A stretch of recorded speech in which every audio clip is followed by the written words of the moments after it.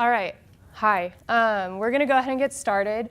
First of all, my name is Jessica Craybaugh. I'm a residential community educator for Housing and Residential Life. I am part of an awesome committee team who helped put together these panels throughout the year. We've covered various topics in the past, and today we are talking about sexual assault and rape culture. So time's up.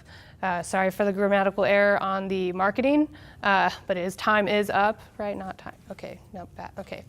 Anyway, I'm going to have the panelists introduce themselves. I will be sitting alongside them for the whole panel. We do have some questions to obviously generate conversation, but we want you all to be involved in this. We want to hear comments from you, questions from you. It is called Critical Conversations because they're important topics, but also because we want it to be a conversation that involves all of you. So I'll now have each of the panelists introduce themselves, what their role is on campus or in our community, and why this topic is important to them. So. Hi everyone, my name is Leslie Grother. I am a detective with the police department here on campus. I've been in that role for about a year. This topic is important to me because unfortunately when I end up meeting the people that are involved, it's not a good situation, and it's very near and dear to me to be able to help people through a really tough time. So that's why I'm here.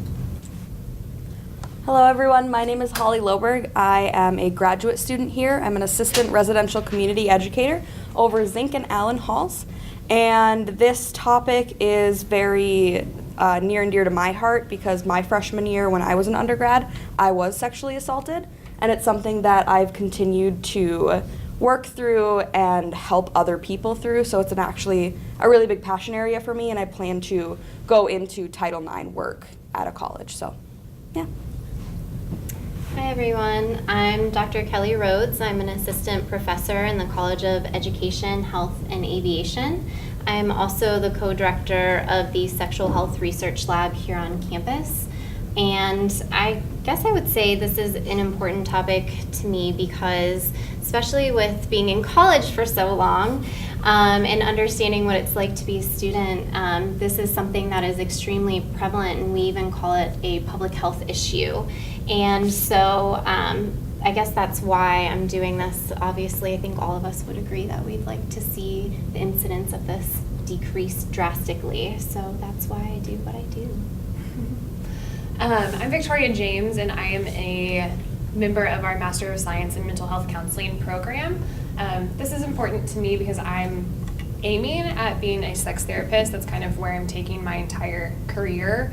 My background is in public health in regards to kind of promoting sexual health promotion in this aspect.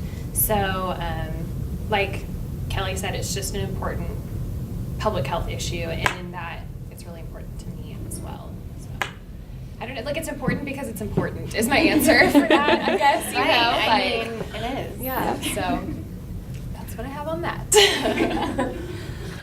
Also, I forgot to say this, we're obviously filming with O State TV today. So when you leave here and you're like, wow, that was awesome, more people need to see that. They'll be able to see that usually within about 24 hours, 48 hours on O State TV. But also, when you all have questions or comments to make, go ahead and throw your hand up. Emily has a microphone.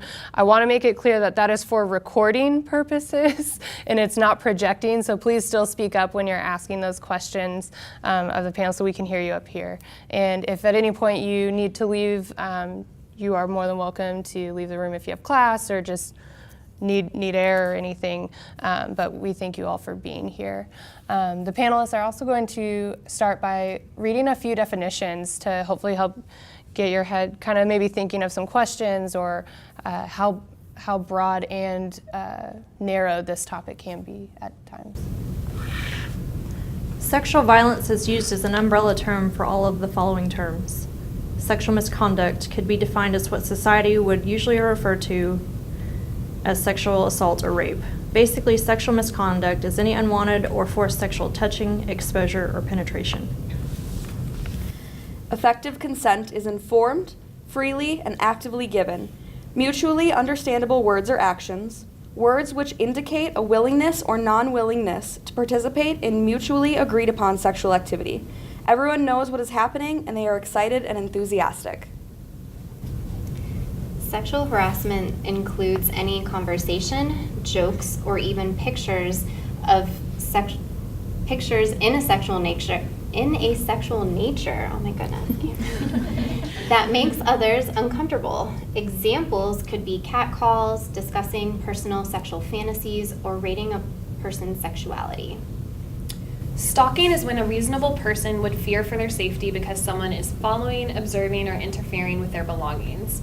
Some additional examples of stalking could be making unsolicited visits to someone, inappropriate use of social media, or consistent calls or texts. And then dating and domestic violence is sexual or physical abuse within an intimate, social or romantic relationship. And so kind of talking, hearing those definitions, and this question isn't on here, so I'm sorry. What are some of the most common reports, I guess, that we see of the different sexual violences? What are common reports, I guess? Most of ours we see are related to sexual misconduct in some way.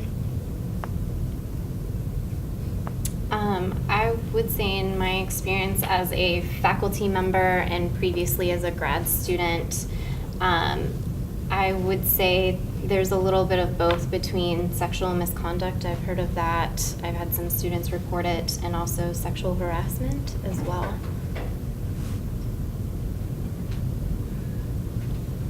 What would be the typical timeline for reporting harassment and sexual assault, and recognizing those may be very different? Do you want to take this? Well, I can try. As far as the timeline goes, as a victim, you're not bound by any legal means or any reason to report if you choose not to report.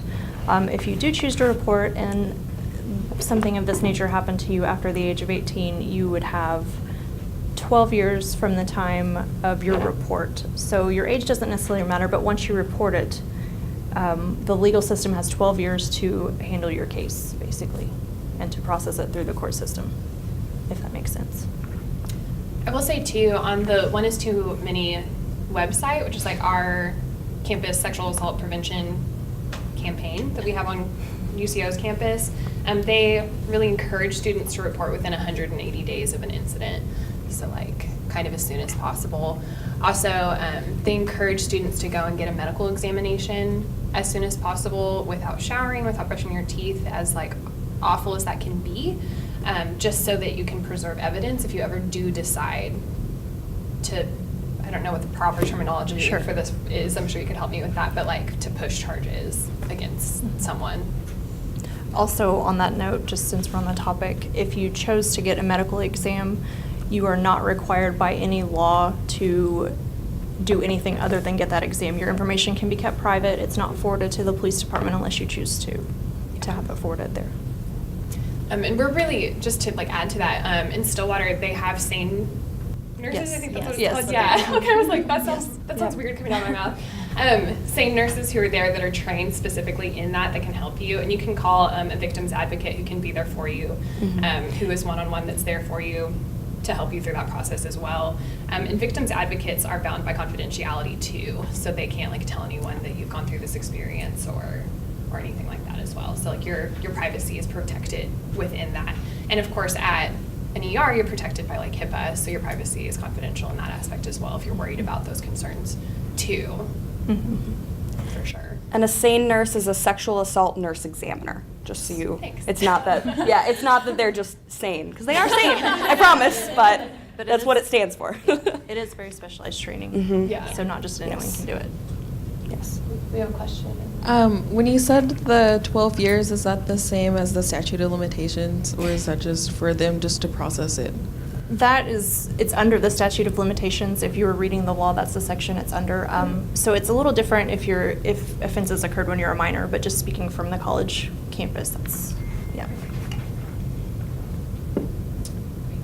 So in terms of reporting to, as a faculty member, if somebody decides to confide in me, I am required, if somebody starts to tell me about an experience, as a faculty member, I am required to tell them that I have to report it. Now there are some limitations in the sense that, I shouldn't say limitations, but I can report it confidentially, and so I don't necessarily have to tell the people, or tell, I guess I should say, student conduct, the student's name. And usually, based upon whether or not the student wants to report it, they will provide either more or less detail, knowing that I have to report all of the details if they provide me with it. And so that's something that faculty, if they know what their responsibility is in terms of reporting, they will say something, say that they are a mandatory reporter, and that anything that you say, I will have to report to student conduct or Title IX offices, depending on who's involved in the situation. So be mindful of that, but there is a level of confidentiality associated with reporting to faculty and staff members. And along the lines of reporting, the biggest thing to know, and I think we would all agree with this, is that it is the survivor or victim's choice to report. They don't have to if they don't want to. If it's 3 years down the line and they want to, but they never did anything about it, they still can. They can always report about it. But like you were mentioning before, it's if they can get the examination done as soon as possible, they don't have to do anything with it, but then at least they have that, because that will be kept on file, and it will be kept, do you know the certain amount of years? 'Cause I know there's We years. don't get rid of any of Okay, them. perfect, great. So it'll stay there. And so if you decided multiple years down the line that, you know what, yep, I'm in a good place, I want to do something about this, you can do that. So it's not, there isn't a time frame for your first report. You can do whatever you feel comfortable, or never at all. I never reported my sexual assault, and I'm comfortable with that decision. But there's some people, like 3 years down the line, I might be like, you wanna know what, I really wanna do something about this, and I still can, so.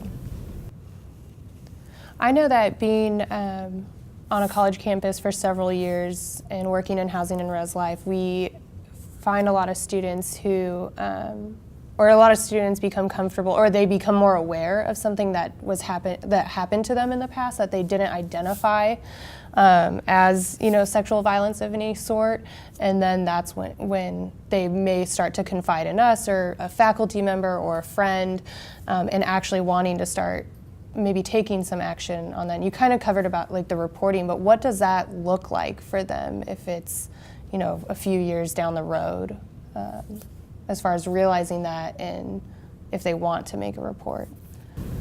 For us, we're still going to offer the same services. We don't want anyone to. Everyone's timeline is different. Sometimes it takes longer to process in your mind what happened, and maybe it takes you a year or two to say, here's what happened to me. And for us, we're going to take the same steps that we would whether it happened yesterday or 2 years ago. I mean, we can't collect evidence, of course, but the rest of the investigation would be the same. I would encourage someone in that situation to not go through it alone, in the aspect of if you're a student at OSU, you have access to counseling services here, and I would take advantage of those and encourage people to take advantage of those, for sure. Absolutely.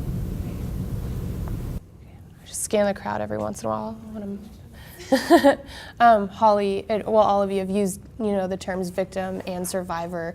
Do you kind of want to break down the usage of that language, maybe, and how we can sometimes identify the best language to use? Yeah. It kind of depends on how they want to identify in a lot of ways. So the Department of Justice does use the term victim. So a lot of times when we look at like legal terms or anything to do with the government, they do typically use the word victim. So that is something to know. However, some people will choose to identify as survivor. So in my first realization of when I was sexually assaulted, I was really in the form of victim. That was what I identified with, and as the years have kind of gone on, I've identified as more of a survivor. So it kind of just depends on how they want to identify. I think of it similar as like pronouns. It is completely up to that individual on how they identify, and it is up to you to just kind of like talk with them, figure out how they want to be treated and how they want to be identified in that situation. But I guess I can speak from my research experience that typically in research, you know, those journal articles that your professors have you read, usually you'll see the terminology victim and perpetrator because that's how we usually distinguish the individuals within the encounter, and that's just kind of the way that is common in research. However, I can acknowledge what you're saying, that if, you know, there happens to be some interviews that we're doing with victims, they might actually want to be identified as survivors instead. But in terms of like research speak, that's usually victim is a terminology that we utilize more frequently, I think. All right, so jumping down a few on the sheet y'all have in front of you, we've obviously seen the entertainment industry and society play a major role in bringing this topic to the forefront very recently. How do you think that has played a role in how our society defines sexual assault and misconduct? That's really tough. Everybody's letting it sink in.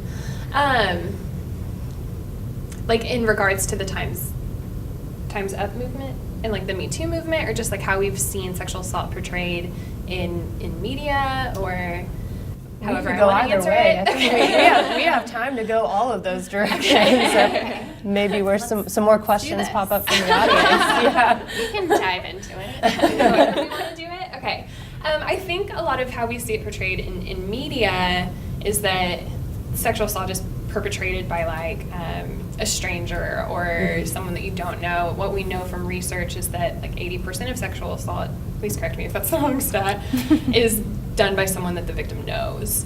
I think it might be higher than 80%. Is it higher than 80? I think it I is think it's too. closer to 90%. Okay. Is what we call acquaintance rape. That could be wrong too, but I'm not sure of the statistics, Okay. but it is correct. Okay. Well, thanks for From what, fact-checking. from what I've seen between 80 and 90% Right. in Between research. 80 and Yeah. 90, okay.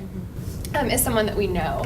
And so I think you have this idea that like it's a stranger in the bushes versus it's someone that you know and you trust. And so I think there's this idea whenever we're doing prevention education for students frequently that this doesn't apply to me. Like I'm not a rapist, I'm not the typical victim that we see, so this isn't something that I need to pay attention to, versus if we're actually talking about like how it really is.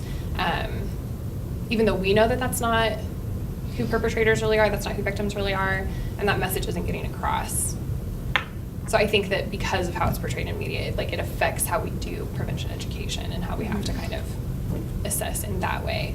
I think Time's Up and the Me Too movement has been really positive because I think that it's getting people talking about how prevalent it is and how it really does look like. I remember I had a friend on Facebook who, a male friend on Facebook who was like, oh my gosh, every single female friend I have is sharing this Me Too hashtag. Is every single female friend I had been a victim? This is ridiculous. And I was like, yeah, that's kind of the point. Like, that's the whole reason that we're doing this, is it really is that prevalent and it really is that crazy. So yeah, I think that in that way it's been really positive and it's getting these conversations going in a nuanced way. So hopefully in that way it'll bring some positive change to it. I need someone else to speak so I can subtly check my cheat sheet that I brought. Yeah, because I had more thoughts on this that are not coming to my head. I would say I obviously agree with you in the sense that when we look at movies, and the reason why I can talk about this, we conducted a research study where we looked at 50 movies, big box office movies, and we're looking at how consent and non-consent, we'll say, occurred in movies, and just kind of recollecting without having the actual statistics in mind, most of the incidences that we saw of non-consensual sexual activity happening was that idea of like stranger in the bushes, somebody that you're not really familiar with. And so I think that in some ways the media industry's kind of portrayed this small percentage of what's actually happening in real life. But I think that the entertainment industry has also been kind of a positive change agent, because we've seen so many more allegations coming out, especially within Hollywood. And I think that adds to people wanting to come out. It adds to the hashtag #MeToo, that it's on us. It's letting people know that it's prevalent. And so I think it's kind of been good both ways, although maybe it's not been portrayed accurately in actual films. But I think that when we get down to the actual people, we've seen this change. We see the media industry and entertainment industry being a change agent, and social media is a really great way to have not only national visibility for a cause, but also international visibility. And so these are conversations that are not only happening here, but we're starting to see them become really big conversations around the globe, and we have social media to thank for that. And so I think that it's been positive in that way, at least. We've got some questions. And then we'll have one over So here. speaking of noticing this more around the globe and not just like centralized in the U.S., the One Is Too Many campaign is actually paired with the FRC, the Family Resource Center, and they're doing an event tonight at 6:30 about sexual and domestic violence within the Muslim communities. So if you want to hear more about outside of the U.S., go to that talk tonight too. Excellent. Thank you. That's a really good plug. Relevant plug. Thank you very much. Earlier, I believe you mentioned about adaptations in prevention education. What would, from your all's experience, what would you all recommend changes to make? Okay. I would love to see. Were you about to answer that? No, I mean, it's just a lofty question. No, you can go for it if you want to. That's a big one. I love what we're seeing currently. I think that we've seen a lot of great things. What I was going to add to my Me Too answer, I kind of think speaks to this too. And we've seen a lot of emphasis on affirmative consent practices, which I think is great. And I think that encouraging that conversation is great as well. But I would like to see added to prevention pieces and to conversations about consent and what affirmative consent is just a healthy sexuality piece encouraged with it. So instead of focusing just on violence prevention, encouraging healthy relationships also. That I would love to see that. So I think we have a lot of gendered norms kind of in the way that we run our relationships that aren't healthy relationships. We know from research that, and I want to be careful in the way that I say this, because obviously not all men are perpetrators and not all perpetrators are men, but the predominant perpetrators are predominantly men, is how I want to phrase that, I think. And so we have this idea that we see in unhealthy relationships of like women as the goalkeeper and men like trying to like score with their relation, like get score on that. I'm having trouble making words right now. Is this making any sense? I understand. Yeah. I know what you're trying to say. Kind of. Okay. Trying to like score on, like get some action, right? Like be the aggressors in a sexual relationship, which sets up this power dynamic in a relationship that's not indicative of how healthy relationships work. And so I think instead of allowing that to function, that creates a space where miscommunication can happen or where sexual assault is kind of like, I think that that's a breeding ground for sexual assault. So instead of having that exist and then kind of coming down here and adding in like, oh yeah, we really should have consent, I think also having a healthier view of gender norms and a healthier view of relationships in general and a healthier view of sexuality in general. Sexuality specifically, how healthy sexuality works, and being pleasure positive, and supporting the fact that I think for most of us, I know myself included in this, I don't want just consensual sex. I want pleasureful sex that's fun, that's fulfilling, and adding all of that into it, I think would add a big piece in preventing sexual assault. So I think that I would love to see more of that in prevention tactics. There.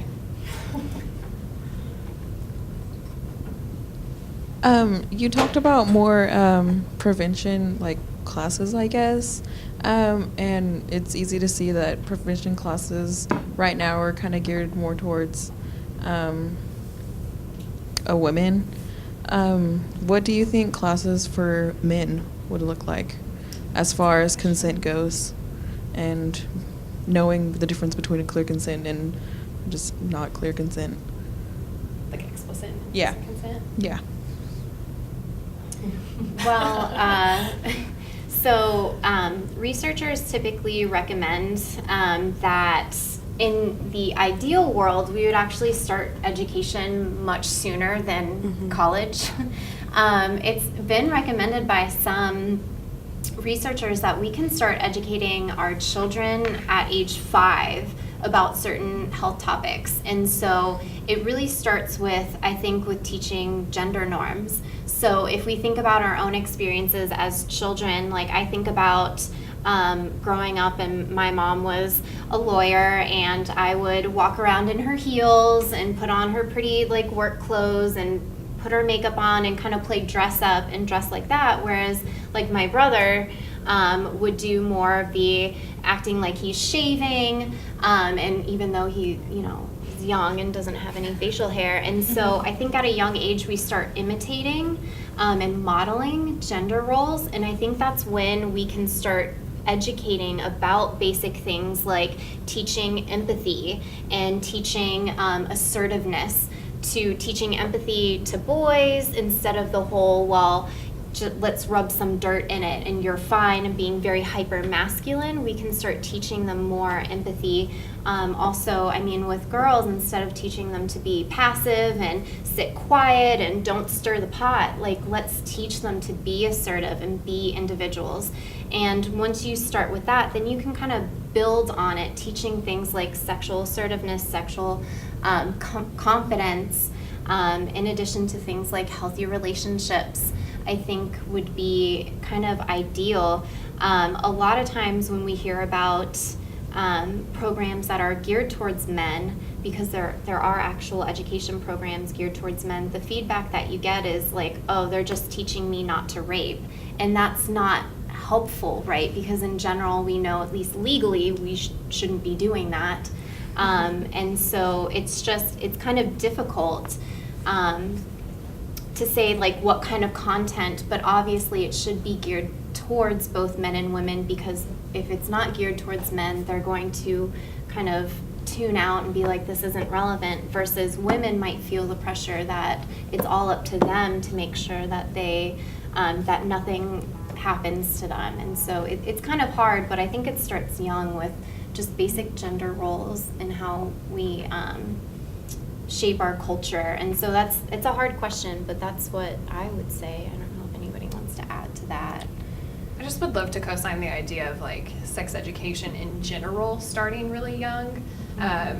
I think sex education in general should start, like you've said, I think a lot of researchers say as young as 5. You can start at 5 with things like good touch and bad touch. Yeah, absolutely. And people always freak out, I think, whenever you hear like, you're going to teach my 5-year-old about sex. But I mean, if you teach your 5-year-old what their belly button is, you can teach them that their penis is called a penis. And you can teach them that they don't have to hug Aunt June if they don't want to. And like those things are boundaries, and those things are consent.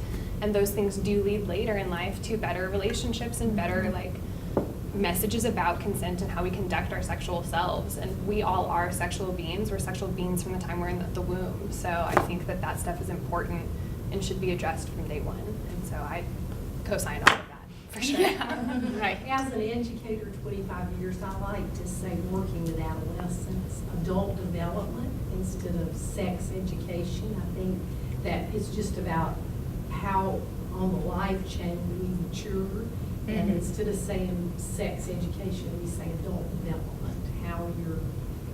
how you grow up and be in this world. You're being and being mindful of who you are. And I think that really resonated strongly with the adolescents I worked with. It wasn't sex. They want to get it. Right. I think there's a lot of taboo associated with sex when we use that word in sexual health and sexual health education. So I think that maybe, I don't want to say rebranding it, but not utilizing that taboo term is probably a great way to get people more invested and interested and buy-in, if you will, for things like that. Well, I think that brings up, we use the terminology education and on a college campus and in higher education. I mean, I'm in res life, so I'm on the living side of it, not faculty and teaching, but we still stress education with our students living with us, right? So we think about education outside of the classroom at a certain point, but sometimes when we're, throwing around the word education, you're thinking, how is this happening in the classroom? You're talking about doing it with adolescents, and then you have parents in those younger ages who are saying, why are you talking to my, they don't necessarily see that education has a place in a school or in a public school setting potentially, or that's their job, but then they're maybe parents or guardians who don't want to have those conversations or don't do it because they don't think about it the level that we're at. So what has that looked like? Is it becoming a bigger conversation in our education and school systems for elementary and middle school? And I think high school is where we would maybe start to argue it's never too late, but it's happening. How do we talk the prevention piece? So what does it look like with elementary ed? I would point out it's maybe not actually happening in our high schools. Just in the state of Oklahoma, we have no state mandated sex ed. I learned that in working here. Yeah. We have no state mandated sex ed. District by district, some districts will support it. Most of the time they do bring in outside resources.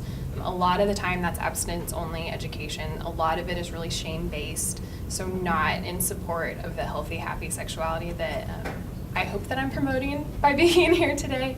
I actually did a study during my undergraduate career about sexuality education and student satisfaction with the education they had received. What I found was the more accurate sexual knowledge my students or my participants had, the less satisfied they were with their education.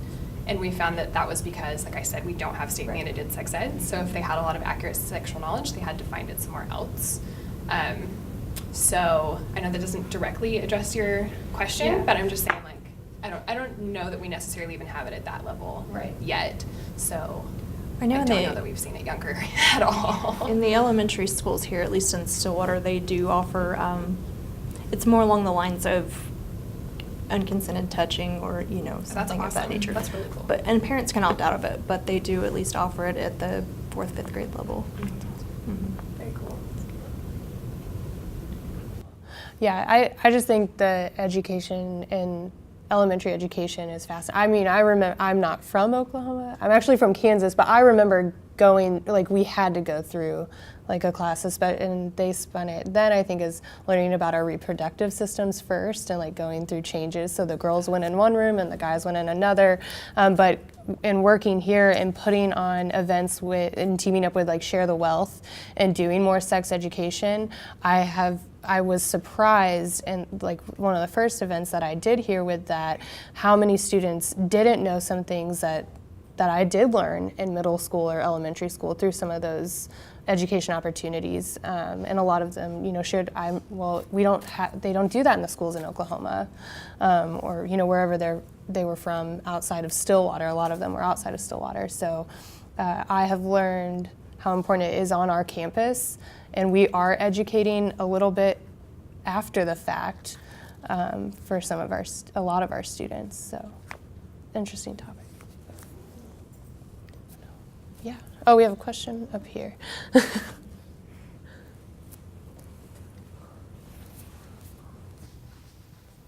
Thank you. I'm not sure how much this really has to do with the topic of this conversation, but like, I guess my question is, in separating like the boys from the girls when they're being educated about like any sort of like growing up related like topics, like in my school we were separated and we were taught about like, I know from the girls' perspective, we were taught about more like, this is what a period is and this is what might happen and like you don't need to be afraid, but like that was actually about it. And then, I mean, in health class, in high school, I think they taught us about like safe dating, but that was about it. And I think they may have covered some STDs, but not very graphically or like telling us much about them, just more like, I don't know. But I guess my question here is that, like, is there like a sort of stigma or like concept that's perpetuated when you separate the boys from the girls, as in like boys are never really taught much about the female side of things, and like I don't know what the boys learned in the other room, and so like I don't know if there's like any sort of answer to this question. It just may be like a concept that I'm kind of throwing out there, I guess. Is it like, is there some sort of like concept that might be like growing in the minds of younger children when they are separated like that, like that girls stuff are secretive and boys don't need to know about that and it's gross. I don't know. I guess that's it. I would say it's probably has to do with maybe some liability stuff in schools, right? Because if little Susan comes home and says, "Mommy, I saw a penis today," she's going to be like, "I'm sorry, what? You saw a penis today at school, like what's going on?" And you might have some angry parents. I think maybe we're kind of being more comfortable and making sure that parents don't complain when you do that separation. And I think maybe the thinking is that it's important for them to learn about their bodies first before they can learn about others, but I'm not sure when they're ever going to come together as a group to learn together about their bodies. Maybe in college when you take like a human sexuality class, you're finally together in the same classroom. But yeah, I agree. I think it's, I had the same experience where they separate them out. Even in high school, they separated us out. And I can tell you, as a female student, the boys did not have to watch the abortion videos that I was subjected to. I went to a Catholic high school. I'm not from this state, but I went to a Catholic high school and they made us watch videos of abortions. And I can tell you the boys didn't have to do that. And their messaging, their sex ed was very different than mine and the rest of the girls in my 9th grade class. So I don't really know why they don't bring you together, but we've got maybe somebody who can tell us. Yeah. 20 years of junior high, middle school, and the belief is that when you're teaching about the body, that if you're in a mixed room, that there might be some inhibitions to be able to ask. If I'm in a room with females, being a female, I'm going to be more open if it's a female teacher to ask those intimate questions. But as far as what's taught, they each learn the same thing. My husband right now is an 8th grade science teacher, so he teaches the boys did at the middle school and helps at the junior high. And so that's the belief that there's not the inhibition to ask and say your girlfriend or boyfriend or partner is sitting in the room, and it would be an embarrassing situation. But it's too bad, as she said, that as you learn those basic adult, how we mature as adults, that when we're older, like in high school, they don't have a combined class. Right. Because, so I just don't know why they don't do that, but yeah, I would say that's really great that you know that both the girls group and the boys group end up learning the same thing, because I know that's not always the case. So I would say at least we're a leg up with that here then. Yes, and that begins in the Stillwater Public Schools. It begins in 4th grade with the nurse. and they get introduced, and then in middle school here is when they have the full course, and they do it in the springtime, and it lasts, I believe, about 2 weeks.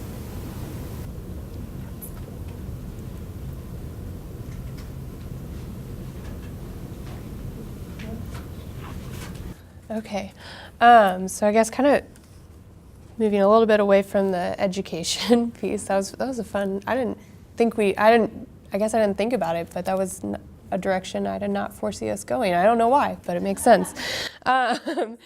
So this is kind of an interesting. As a committee, we were trying to figure out a way to kind of get to this topic and ask this next question without it being leading. I think we hit it right, Rosemary, Micah, yeah. But kind of with what has come up in Hollywood and some of the allegations and the stories that are now circulating and being discussed and shared, is there a gray area in defining consent in sexual misconduct?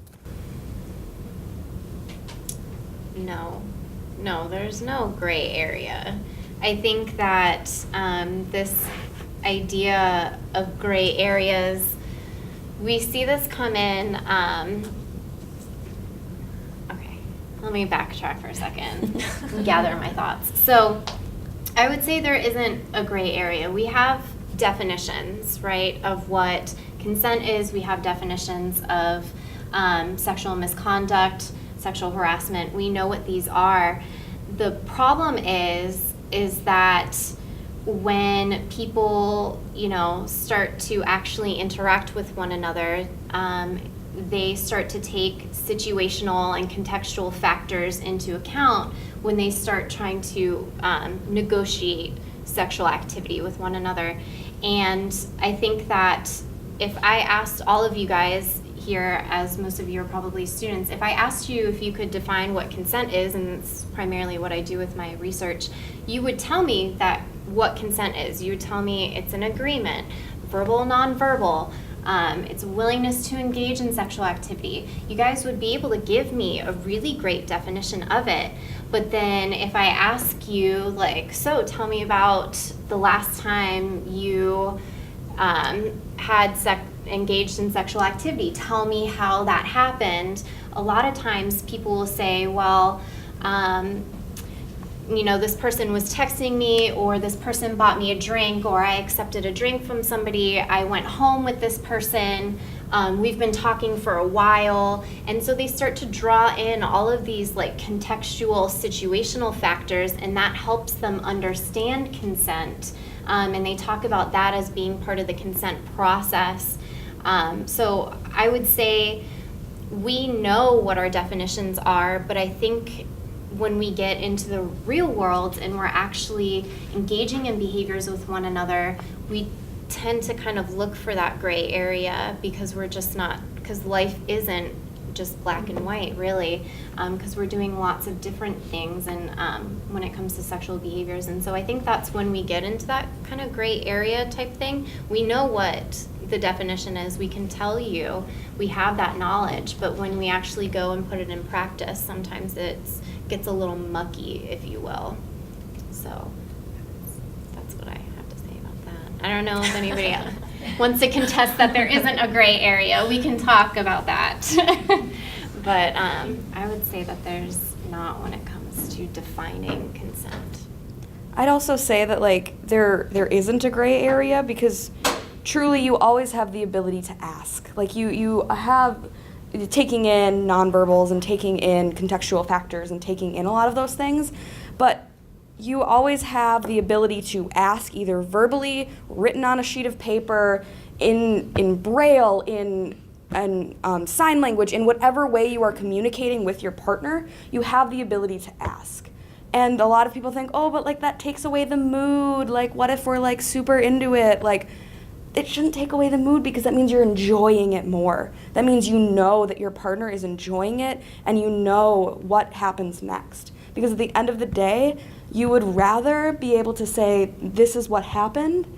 And you can always, let me rephrase this. You can always ask, but there are ways when yes can mean no.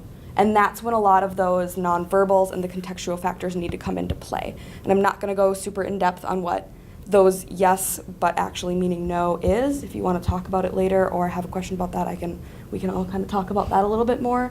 But you can always ask.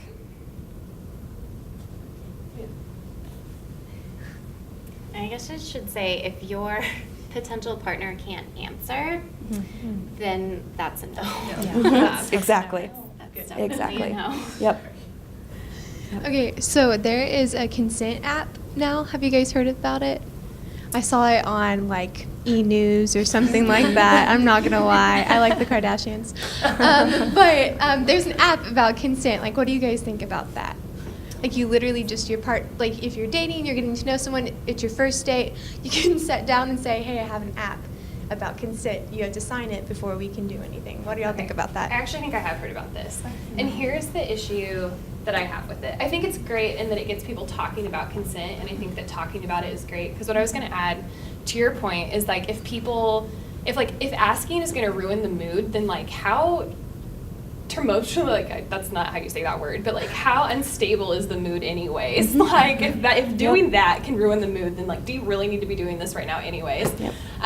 But consent can be revoked at any point. Absolutely. So if you sit down with someone and you're like, yes, these are all the things I consent to, and they're like, great, and then you start doing it and you're like, actually, that's not awesome, you have the right then to say no. So if it's in some app or in some contract, is affirmative and is great and is like, yeah, we have a talking point now as that is, for me, it makes this like weird thing that makes me uncomfortable because it kind of, I think people would look back and be like, but you said yes then, and that's not consent.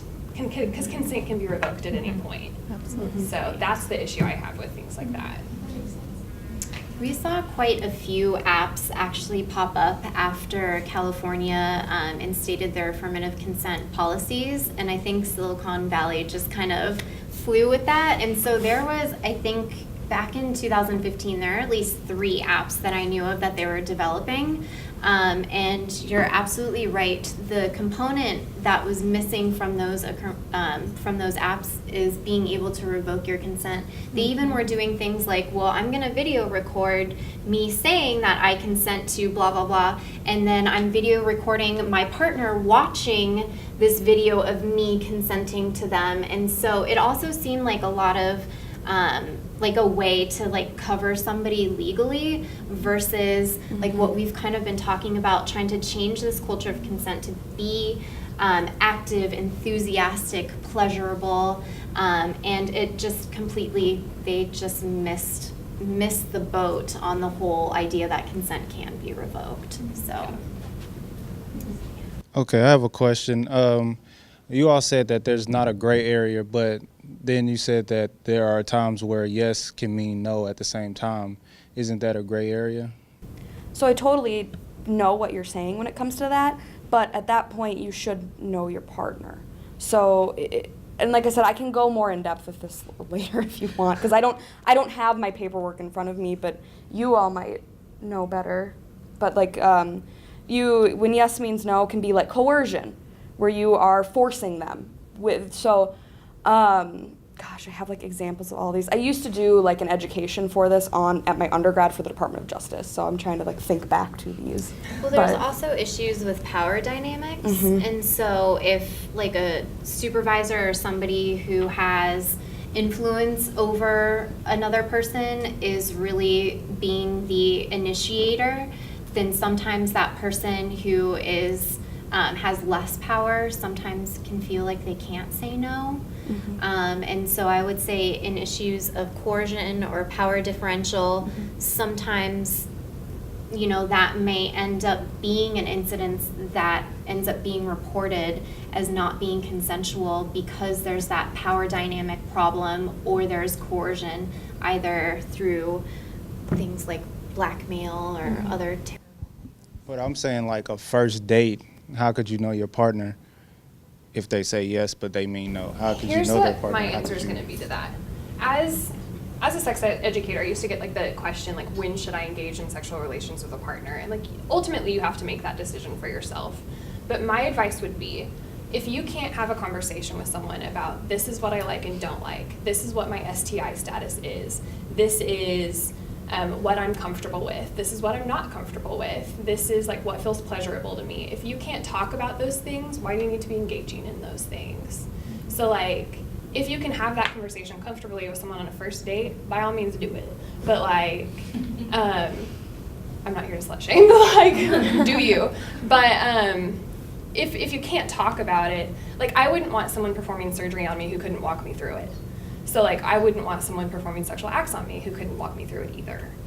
So I think it's important to be able to have those active conversations too. So like I totally see what you're saying, but I'm just saying like also talk about it.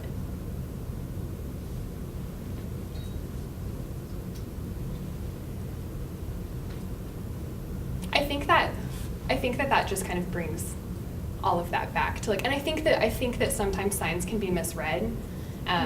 My husband's gonna hate me because this is on TV or like recorded, but I'm married and have a fabulous husband who I love, and who I know loves me. But sometimes, or like there have been times where I know that my signals have been misread, where I'm like backing away, or like obviously I feel like obviously my face is like, that is not a good thing that you're doing right now, and he is like not getting it, to the point where you have to like eventually be like, bro, you need to stop, like what's happening is not cool.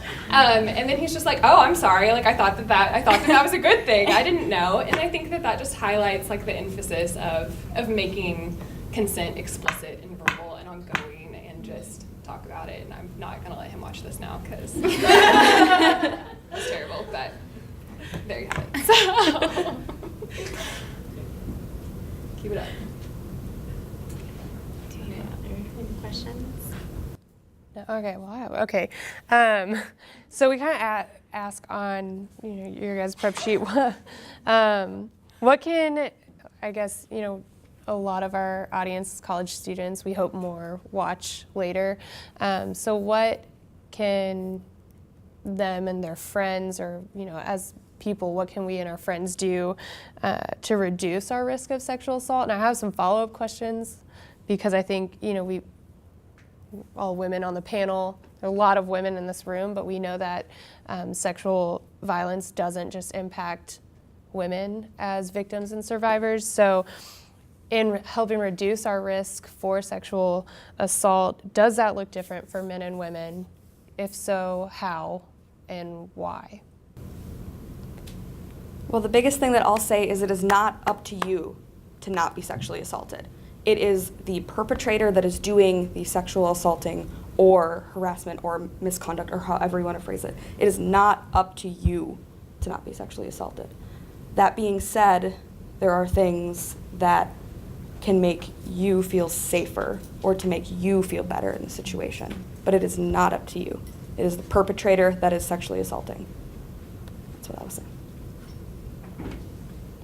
I would agree with that. Yeah. Meaning, like, when a girl wears something, it's not, oh, well, she's asking for it, right? That's what you're getting at. Like, exactly. There's no, oh, she was asking for it, or she drank a lot, so that's on her. Right. Like, there's no blaming. I just blaming want the that to be clear. Right. Absolutely, yes. Right. It's hard to Right. tiptoe around the victim blaming and risk reduction discussion. It's very hard. It's what we found in writing these Right. questions. That's why I just wanted to make How do we that get to the clear topic? so that Yeah. we can talk about the actual part of this question. But I just want that to be clear. Yes, thank you. Because that's not the point of the question. But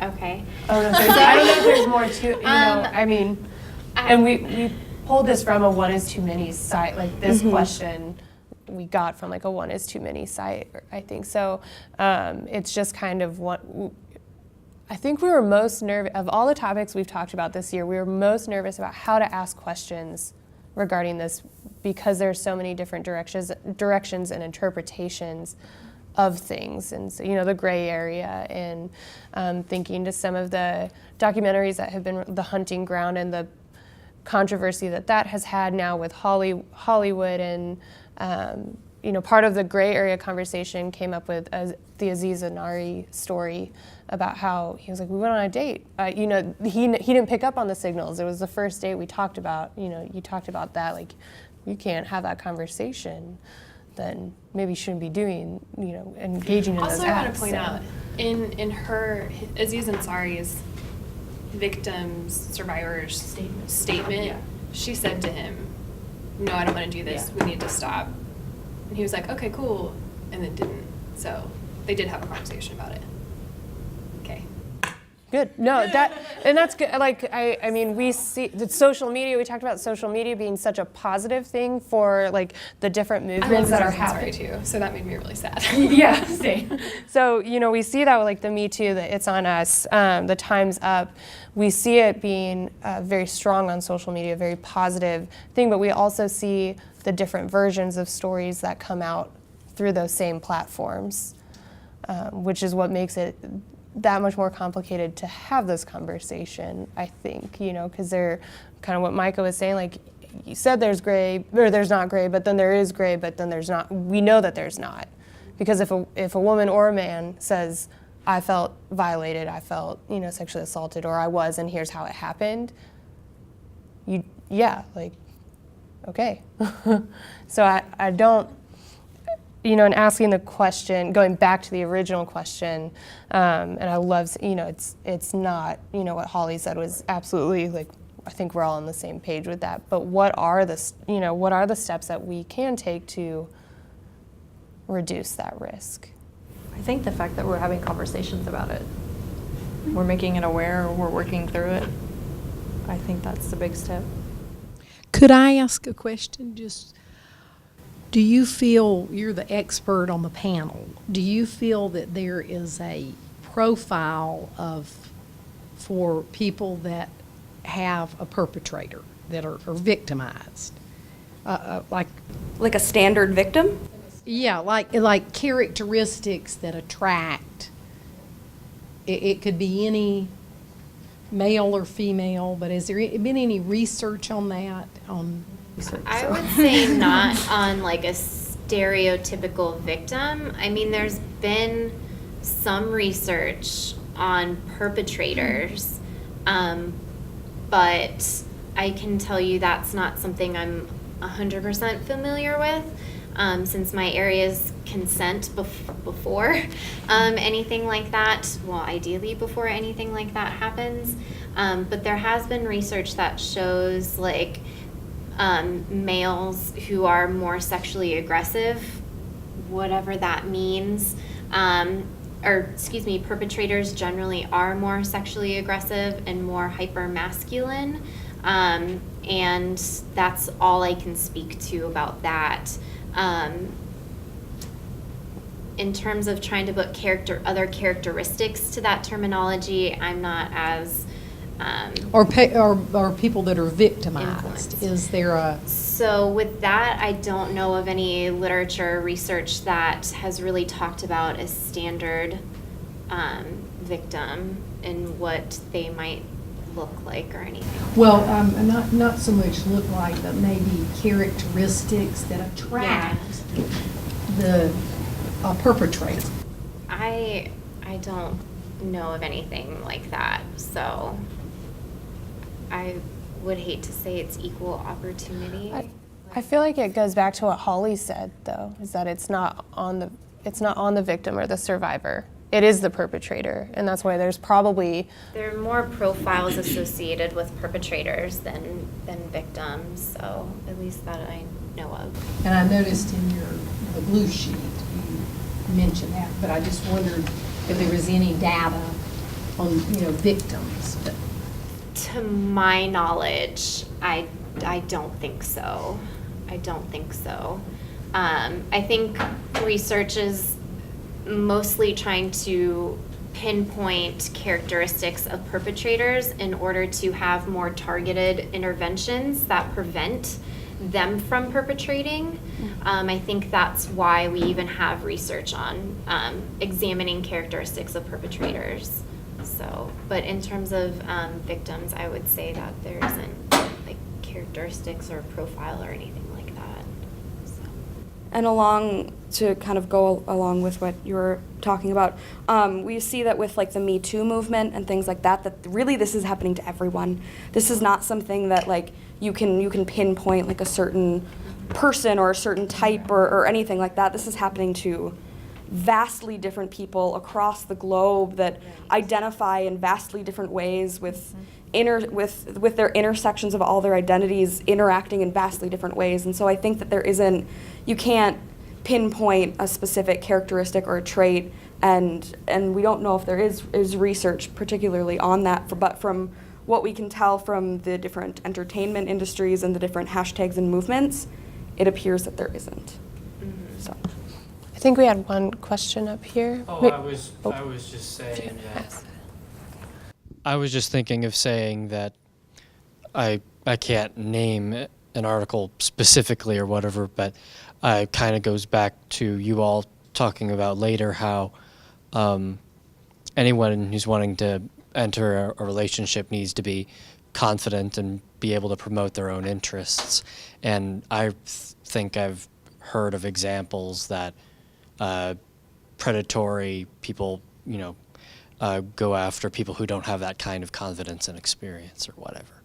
So that would be just a character trait. Potentially, that could be the instance, but that's not my area. So unfortunately, I can't speak to that as much as I would love to answer your question. I think we're at near the end of our hour, and so I want to give our panelists some time for some closing comments. But I also, if you all could include resources on our campus, within our community, or even nationally of resources and ways to get involved, and potentially ways to help be advocates in this cause of whether it's prevention or support. In your closing thoughts, include that. Words are hard. Why? This is not the day for words to be hard, but I think y'all got what I'm saying. If any of you are struggling or have dealt with this and not come forward, I would encourage you, even if you don't come talk to me, there are so many good resources on campus. We have an excellent counseling department. We have victim advocates. We have a women's shelter that deals also with domestic violence and can help provide housing and food and rent and just a multitude of resources. So don't be afraid to reach out. And if you're not sure, you can call me. I will point you in the right direction. You don't have to tell me anything. I'll get you where you need to go. I'd also say that throughout, we've kind of talked about the dichotomy of like a perpetrator and then a victim and survivor, but a lot of people are bystanders. And so know that if you are a bystander in the situation, one of the biggest things that you can do is just to support the victim or survivor that you may know, or in this whatever situation it is. And one of the easiest ways is to give choice back. Because a lot of times when this has happened, they've lost their ability to choose what has happened to their body, to their psyche, to X, Y, and Z. And so one of the easiest things can be asking them what they want to do. Even if it's as simple as hey, do you want to go to the bathroom right now? Do you want me to just tuck you into bed? Do you want me to just helping them to get their choice back? I think that's great advice. Yeah, it is. I guess I'll answer this from the faculty side. I think that we have a lot of resources here on campus. If you're wanting to be an advocate for this cause of trying to prevent sexual violence, there are lots of opportunities here. We even have a sexual violence prevention committee on campus that is open to students. It's not just faculty and counseling services and student conduct. We love to have students involved in those meetings and hear the great ideas that you guys have for on-campus programming. We also have peer educators. So you mentioned Share the Wealth, and I think probably most of you guys in this room have seen a Share the Wealth presentation, but that is a class. If you want to become a peer educator, that's actually a class in my program, in the Health Education and Promotion program, that you can take, and you can become one of those Share the Wealth peer educators and provide education not only when it comes to sexual health, but a wide range of other health topics. And also, there are student organizations on campus that you can become involved with. There are Bay is a feminist magazine that covers some of these topics. There's an LGBT student group as well. Those are just two off the top of my head. We have the Health Promotion Club actually in our program as well. And if you're interested more in academic pursuit of these types of topics, we have the Sexual Health Research Lab. And if that's something that you're interested in engaging in research and being an active participant kind of on the academic side, you can come see me. And I can give you information about that, and we can talk about being part of the lab as well. And so I think that there are lots of opportunities here on campus for you to be an advocate. If you think that this is a cause that is really important to you, come find other people who have those same feelings. I just want to kind of reiterate utilizing the counseling services, whether you're a bystander or a survivor or anybody here. Oh my God, I've forgotten your name. Leslie. Leslie, okay, like Leslie said. We have great counseling services here on campus. Obviously, I'm a little biased because I'm in the counseling program, but we do have great counseling services here. And also, our Office of Student Conduct is really fabulous. And if you are a victim, they're going to be really on your side and really helpful. And they can do great things like adjusting your housing or adjusting your schedule or just like really helpful to you to make you feel safe on campus and help you throughout all of that as well. So if you do want to pursue filing a complaint in that way, I would really encourage you to do so because I know them and they're fabulous. They're great. So I would encourage you in that way also. I would also add that you don't have to talk to law enforcement if you choose to talk to student conduct. We're two separate. We work together, but yeah, you don't have to deal with the police if you don't want to. Absolutely. Also, we do, whether you live on campus or not, if you're connected or you have a mentor or someone, anyone on campus, you don't have to go to any of those resources alone.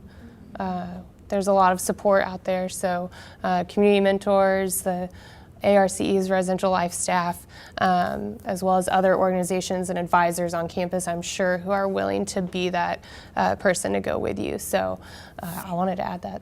That came up in my head where like all the like central people, and I'm like, there are people in the halls that can help you too. So thank you all to our panelists. Thank you so much for being here today. Y'all who came to be a part of this conversation, thank you. I think you can tell that this is just the start of it in a lot of ways. We kind of hit some, we're not sure, we don't know. There's a lot of research still happening, a lot of education to continue. So keep having this conversation, talk about it with other people, share it with other people, ask the questions that you're sometimes afraid to ask. But thank you all for being here today.